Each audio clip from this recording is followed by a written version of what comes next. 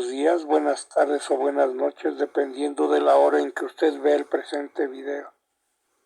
Hoy narraremos una historia denominada El secuestro. Abro comillas. En un rincón del oscuro taller podía ver las 4 chaquetas tiradas y olvidadas. Él no las quería para nada. No eran más que un cebo, una tentación. Y ella había caído. Se le escapó un quejido ahogado y al instante intentó reabsorber el sonido, consciente de que su captor estaba ocupado con los contenidos de un baúl abierto y solo a unos metros. Su cabeza palpitaba justo donde él la había aporreado de repente unos minutos antes. Ahora se encontraba casi inconsciente, cubierta solo por aquel bonito vestido rojo con motas negras que se había puesto para impresionarlo.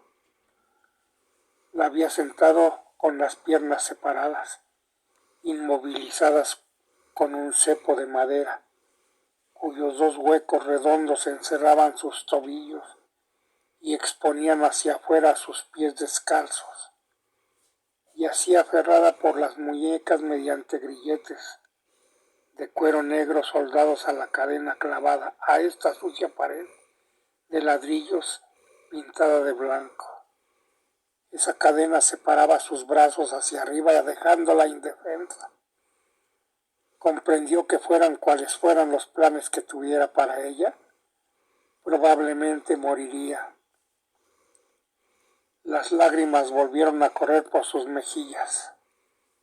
Es el demonio que ha venido a arrancarme el alma del cuerpo y yo tengo la culpa de mi desgracia, pensó la prisionera. Se encogió contra la pared húmeda como si pudiera colarse por los ladrillos y salir al otro lado. Afuera, un rato atrás, sudaba bajo el sol del verano, deseosa de una brisa fresca, pero ahora todo su cuerpo temblaba en un escalofrío, como si la hubiera transportado a un mundo completamente distinto. Quizás lo había hecho. A pocos metros su jefa, su antigua jefa, estaría trabajando con la máquina de coser, sin pensar por un solo momento en ella. ¿Y por qué iba a hacerlo?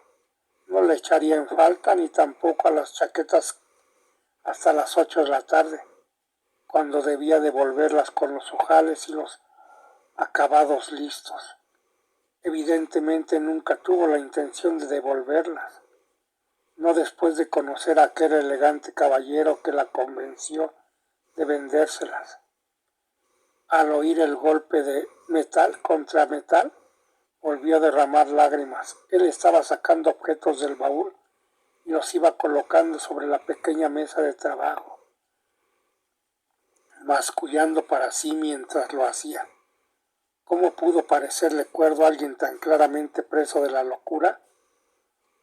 O puede que la ceguera, la codicia, la idea de tener algo de dinero en el bolsillo para dejar su diminuta y mugrienta habitación y empezar de nuevo en aquella ciudad atestada. Su captor levantó un objeto brillante en la penumbra. ¿Qué era aquello? ¿Un cuchillo? Demasiado grande. ¿Una sierra? La joven lloriqueó de nuevo, tratando de que no se le escurriera el orín de la vejiga. La comida había sido siempre su perdición.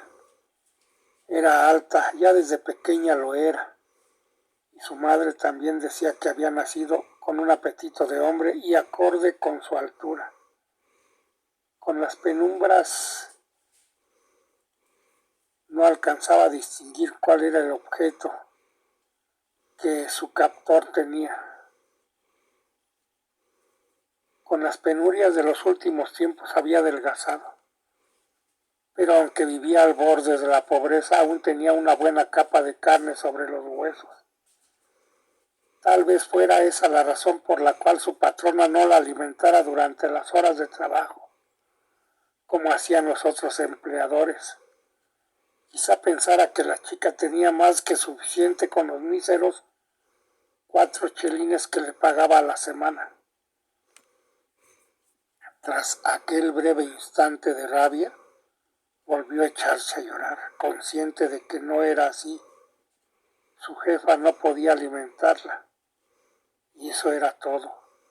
A esta también le estaba costando ganarse la vida, pero eso no la había detenido a ella a la hora de robarle. Las 4 chaquetas habían sido sustraídas. Había sonreído a su patrona antes de coger las prendas, devolviéndole la mirada descaradamente mientras su mente ya se regodeaba pensando en lo que se comería aquella noche. Tal vez un pastel de mantequilla. Ese dulce sabor siempre la apasionó. Se le hacía la boca agua cuando pensaba en ello.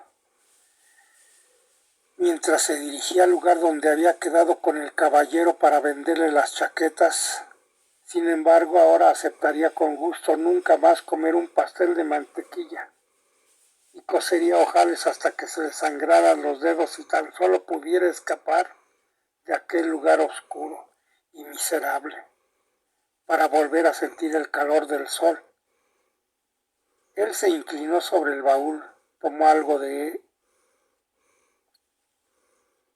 ahí que ella no pudo ver y colocó ese objeto con un golpe encima de la mesa de trabajo. Luego encendió una lámpara polvorienta y giró hacia ella. La cautiva pensó que la luz apaciguaría su miedo, pero ahora deseaba volver a sumergirse en la penumbra, pues así al menos podría creer que se le había olvidado ella a su captor. Al observar cómo la sombra del hombre se extendía a su espalda, a la luz de la lámpara, todo pensamiento de comida y sol se evaporó de su mente, dejando solo terror. Los ojos azules de su secuestrador la miraban abiertos de par en par, concentrados, curiosos y bastante enajenados.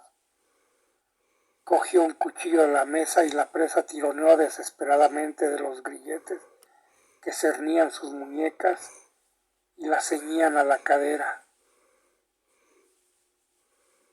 Ella estaba fijada a la pared por esos grilletes, deseando haber intentado liberarse más que con fe y ahínco, deseando haberse revuelto más cuando él la golpeaba.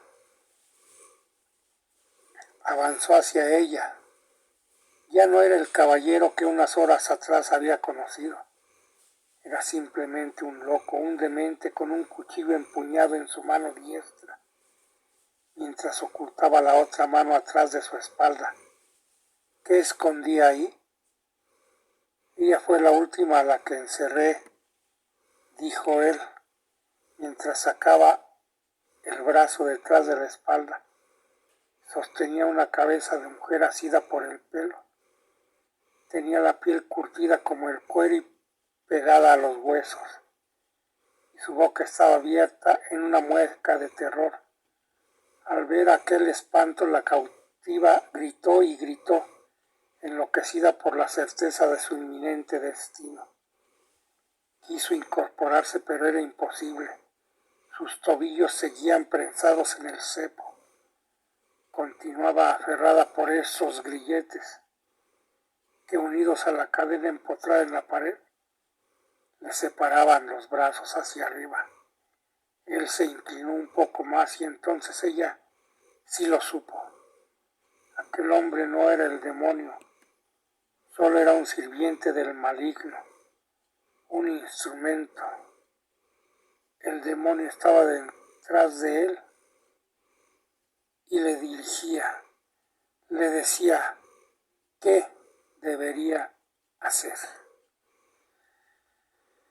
Cierro comillas. Gracias por su preferencia. Que usted la pase bien.